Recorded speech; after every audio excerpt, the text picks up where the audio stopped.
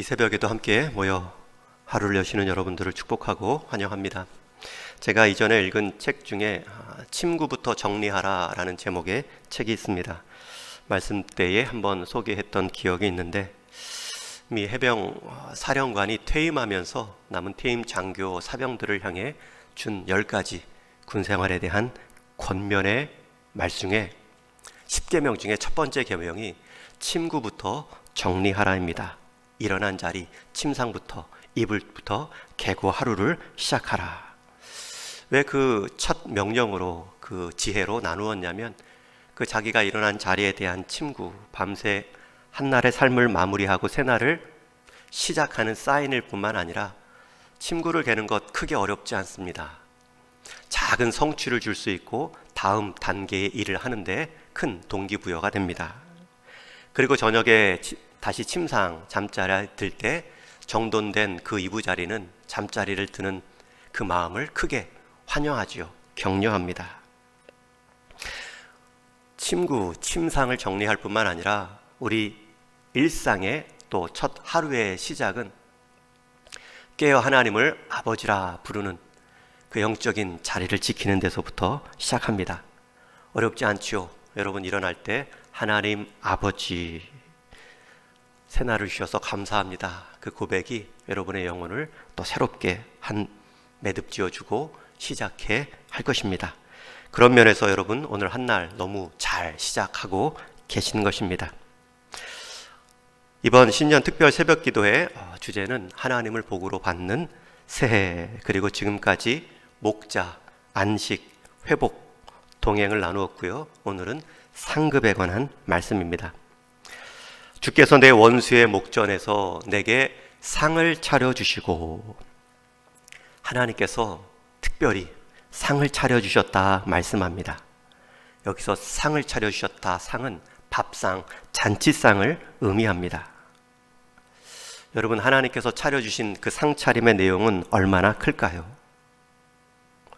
제가 중국 농촌에 가서 한번 상차림을 받은 적이 있는데, 제가 생각할 수 있었던 모든 식재료가 동원되어서 펼쳐진 상차림을 한번 본 적이 있습니다. 여러분은 지금까지 살아오시면서 얼마나 가장 큰 융숭한 상차림을 경험해 보셨습니까? 그러나 이 땅의 상차림과는 비교할 수 없는 하나님의 상차림이 우리에게 남아 있습니다. 여기서 말하는 상 차려주시다, 그 상은 단순히 음식의 제공만을 의미하는 것이 아닙니다. 먹는 것만이 펼쳐져 있다라는 뜻이 아닙니다. 그 먹는 것에 대한 체험은 이미 앞에 2절에서 푸른 풀밭, 쉴만한 물가로 충분히 언급되었습니다. 그저 이 상차림이 육신의 배부름만을 말한다라고에게는 큰 아쉬움이 있죠. 그리고 또 이 상차림이 육신의 배부름만 의미하지 않는다라는 가능한 해석이 그 상 차려져 있는 장소입니다. 오늘 말씀해 보면 주께서 내 원수의 목전에서 내게 상을 차려주시고, 여러분 여기서 원수라고 번역된 단어는 적대적인 분위기에서, 지금까지 살아왔던 모든 고통의 상황에서 상을 차려주신다. 이것은 이미 적대적인 세력이 제압되고 고통의 상황이 다 끝났다라는 것을 의미하죠. 이 목전에서, 눈앞에서라고 우리 한글 성경은 번역했지만 맞서서라는 뜻입니다. 대항하여서, 넘어서서라는 뜻입니다. 그렇게 원수와 고통을 맞서서, 넘어서서 상을 차려주신다라는 것은 이미 싸움은 끝났다라는 뜻입니다. 단순한 밥차림 정도가 아니라는 것입니다.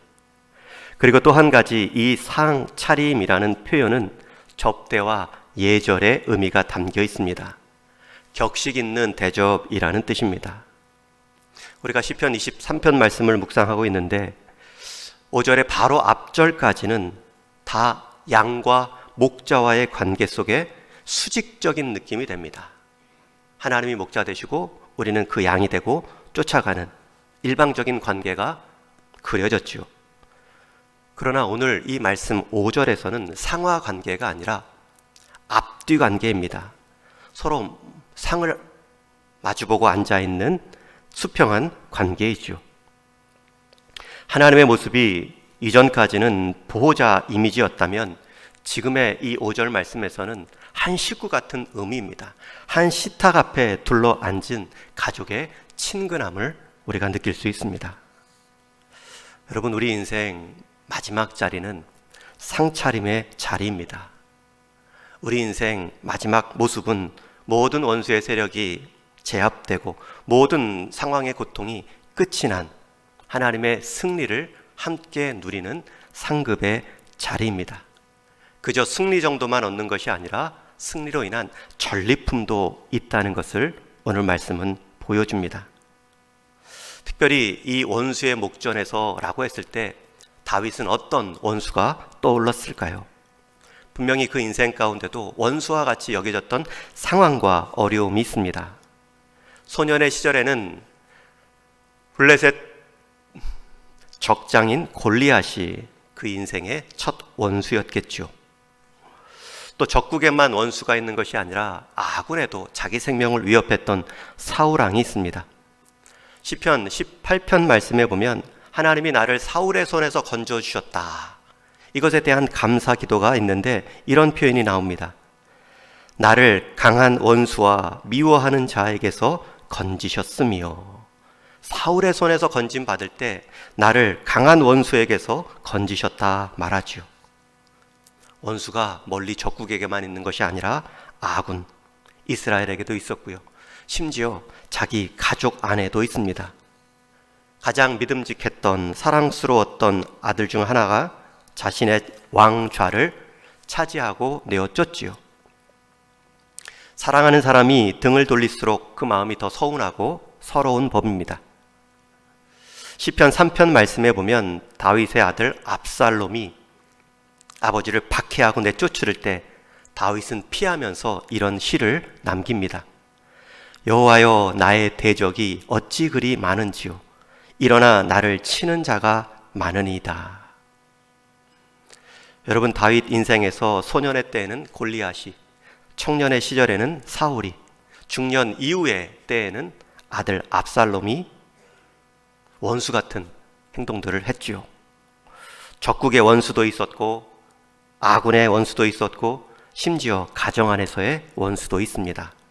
게다가 이 원수들은 다 영향력이 있는 사람들이죠. 한 부대를 이끄는 적장 아니면 다 왕의 자리에서 박해를 했습니다.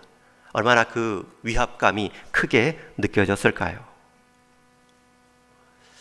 그런 상황에서 다윗은 그 원수들 앞에 한 가지 행동을 결심합니다. 원수를 대하는 자기 모습 가운데 자기 혈기대로 행하지 않겠다 결심하지요. 하나님의 이름을 망령되이 불렀던 골리앗과의 싸움을 제외하고는 칼은 들 자를 향해 같이 칼을 드는 것을 거부합니다. 원수를 하나님께 맡기고 하나님의 처리하심에 내어 드립니다. 오직 자기가 해야 할 바 안에서만 머물지요. 다윗은 원수됨을 맞서기 위해 자신이 또 다른 한 사람과 원수되는 것을 거절합니다. 칼 앞에 자신의 칼을 하나님께 넘기고 있습니다. 왜 다윗이라고 억울한 마음이 없겠습니까? 그 마음이 다급하고 그 마음에 적의가 없겠습니까? 그러나 그것을 상대를 향해 쏟지 않고요, 하나님께로 향해 기도로 토합니다. 시편 58편에 보면 일종의 원수를 향한 저주시가 나옵니다. 하나님이여, 그들의 입에서 이를 꺾으소서. 그들이 급히 흐르는 물같이 사라지게 하소서. 겨누는 화살이 꺾임 같게 하시고 소멸해 가는 달팽이 같게 하소서. 여러분, 이런 마음과 적의와 살기가 있다 해도 중요한 것은 그 살기와 적의를 하나님께 다 토로하고 있다는 것입니다. 직접 보복하지 않았다는 것입니다. 오히려 기도함으로 칼을 하나님께 넘기며 하나님의 행하심, 하나님의 보호하심을 신뢰하고 있습니다. 여러분, 이러한 삶의 과정이 있었기 때문에 하나님이 대신 싸워주시고 하나님이 대신 처리해 주시고 맨 마지막 하나님이 원수의 목전에서 상을 차려 주셨겠지요. 내가 원수 다 갚겠다. 내가 내 인생 상을 펴겠다. 다윗은 자기 혈기대로 반응하지 않습니다. 여러분에게도 원수로 여겨지는 상황들이 있는지요? 그때에는 우리가 하나님께 속하는 것입니다. 그래서 우리 싸움이 아니라 하나님과의 싸움이 되도록 만드는 것입니다. 하나님의 일하심을 믿으시고 여러분들은 악을 악으로, 죄를 죄로 대응하지 마시기 바랍니다. 사도 바울도 로마서 12장에서 같은 마음을 전합니다. 우리 한번 같이 읽겠습니다. 시작. 내 사랑하는 자들아, 너희가 친히 원수를 갚지 말고 하나님의 진노하심에 맡기라. 기록되었을 때 원수 갚는 것이 내게 있으니 내가 갚으리라고 주께서 말씀하시니라. 원수를 갚는 것이 잘못됐다는 말씀이 아니라 너희가 원수를 직접 갚지 말라는 말씀입니다. 왜냐하면 원수 갚다가 같은 원수가 되고요, 맹수같이 행했다가 같이 맹수가 되기 때문입니다. 여러분, 그러할 때에 원수를 향한 최고의 복수는 무엇입니까? 나와 똑같은 고통을 똑같이 느끼게 하는 것인지요? 내 마음이 일주일 상했으면 너도 일주일 상해봐라, 되갚는 것이지요. 물론 그것도 하나의 되갚음의 방법입니다. 그러나 그것은 이 땅에서의 되갚음의 방법이지요. 최고의 되갚음이 있습니다. 잠시 이 땅의 관점이 아니라 영원한 하늘 관점에서 바라볼 때에 진정한 되갚음이 있습니다. 누가복음 15장에 보면 탕자의 비유가 나오는데 아버지가 원수 같은 아들을 어떻게 복수합니까? 둘째 아들이 아버지에게 재산을 요구하고 그 받은 재산을 다 멀리 떠날 돈으로 바꾸어 탕진합니다. 이러한 아들의 행동, 아버지의 마음만 상하게 한 것이 아니지요. 형제들의 분란이 됐고요, 주변 이웃 관계에서 불효막심한 가문이다, 가정이다 욕을 듣는 상황이었습니다. 그 둘째 아들이 다 탕진하여 거지꼴로 집으로 돌아옵니다.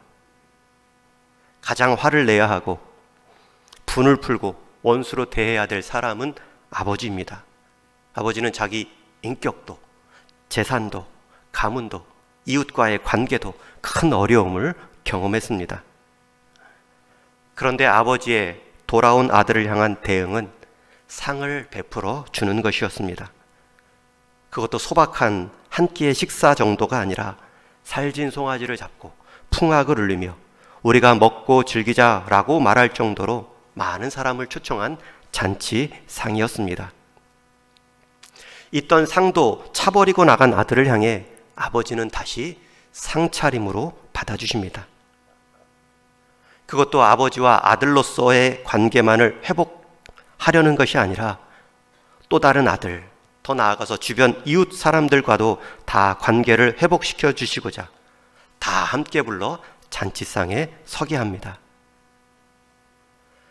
아버지는 원수 같은 아들을 향해 같은 원수의 방법으로 상을 완전히 차버린 것이 아니라 더 근사한 상을 차려주므로 원수를 내 편으로 다시 내 아들로 만들어 버렸습니다. 여러분, 우리에게 있어 원수를 갚는 최고의 되갚음은 무엇입니까? 같이 하나님을 향해 서게 하는 것입니다. 내가 바꿀 수 없지요. 자신의 행동이 얼마나 철없고 순간적이었고 세속적이었는가를 철저하게 깨닫게 하고 나의 원수에서 나의 지지자, 함께 하나님을 바라보는 자로 바꾸는 것입니다. 여러분, 사람의 원수는 사람이 아닙니다. 사람의 원수는 죄이고 사탄입니다. 그러기에 우리가 되갚을 수 있는 문제와 대상이 아닙니다. 하나님께서 친히 자신에게 맡기라 말씀하셨고 우리는 맡기며 기도할 뿐입니다. 더 나아가서 그런 인생을 하나님께서는 기름 부어주신다 말씀합니다.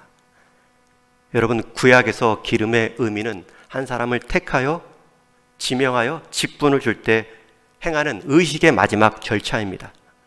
구약에서 기름을 부은 세 가지 직분이 있지요. 왕과 제사장과 선지자입니다. 여러분, 다윗은 왕으로서 사무엘 선지자로부터 기름 부음 받은 경험이 있습니다. 여러분, 기름 부어주신다, 오늘 말씀에서 약속한다는 것은 내가 옳았다, 내가 내 아들이다, 내 양이다. 아무리 원수의 목전에서 힘겨운 삶을 살았다 할지라도 우리는 하나님께 속한 양이었음을 우리는 기름 부음을 통해 확인하는 것입니다. 여러분, 지금 다윗이 말하는 하나님의 상 차려주심의 의미, 내가 옳았어, 너는 존귀한 자야, 내 인생 내가 지금 간섭하고 있어. 그 인생의 잔이 얼마나 크게 부유함으로 넘치는 인생이 되겠습니까? 여러분, 우리 인생 지금도 상을 차려주시고 준비하시는 하나님을 향하여 살아가는 것입니다. 믿음의 삶을 살 때 때로는 손해보는 것 같고 나만 잘못된 길로 선 것은 아닌가라는 생각이 들 때도 있습니다. 믿음의 삶에 대해서 편안했던 적은 없습니다. 다 원수같이 덕대적인 관계에 놓여 있는 것 같습니다. 여러분, 그때는 우리 주님께서 예비하고 계신 그 풍성한 식탁을 바라보셔야 됩니다. 마지막 원수의 목전에서 결국엔 내 믿음의 삶이 옳았다 라고 인정하시면서 기름 부어주실 그 풍성한 상차림을 우리가 바라보는 것입니다. 저와 여러분, 오늘 하루도 이 상차림 믿음의 눈으로 바라볼 수 있습니다. 이 믿음의 선포, 이 믿음의 다짐, 이것이 오늘 한날 또 우리가 새롭게 개어 나가야 할 영혼의 침구입니다. 영혼의 양식으로 삼으며 이 귀한 상차림으로 우리는 세상의 풍족한 일시적인 상차림을 이겨낼 수 있습니다. 바라기는 이 귀한 하늘 상차림, 우리에게 약속하신 그 믿음의 상급들, 이 땅의 불신의 환경 가운데에서 도둑맞지 마시고 잘 간직하고 누리시며 얻으시는 삶이 되기를 주님의 이름으로 간절히 축원합니다. 주께서 내 원수의 목전에서 내게 상을 차려주시고 기름을 내 머리에 부으셨으니 내 잔이 넘치나이다. 우리 인생의 마지막 고백이 되게 하여 주옵소서. 오늘 한날의 마지막 고백이 되게 하여 주옵소서. 그 믿음의 여정 가운데 방해하는 적대 세력 앞에 하나님의 목자 되심을 믿고 이겨나가는 성도의 삶이 되게 하여 주옵소서. 그 믿음 여정 끝에 있는 하늘 상차림을 바라보는 믿음의 안목을 더하여 주옵소서.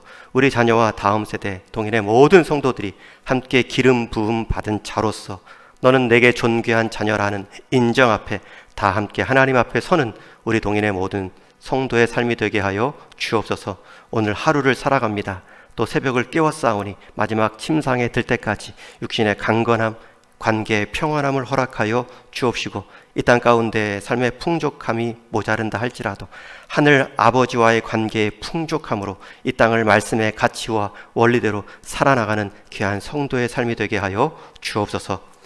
우리 주님 예수 그리스도의 다함 없는 은혜와 하나님 아버지의 변함없는 사랑하심과 성령 하나님의 쇠함없는 위로하심과 새롭게 하시는 역사하심이 내 인생 삶의 모든 여정마다 하나님의 목자 되심을 믿되 마지막 그 여정의 끝이 하늘 상차림의 자리에 서는 큰 기대로 소망으로 이 땅을 살겠다 다짐하는 사랑하는 동인의 모든 성도들 속한 가정 위에 이제로부터 영원토록 함께 있을지어다. 아멘.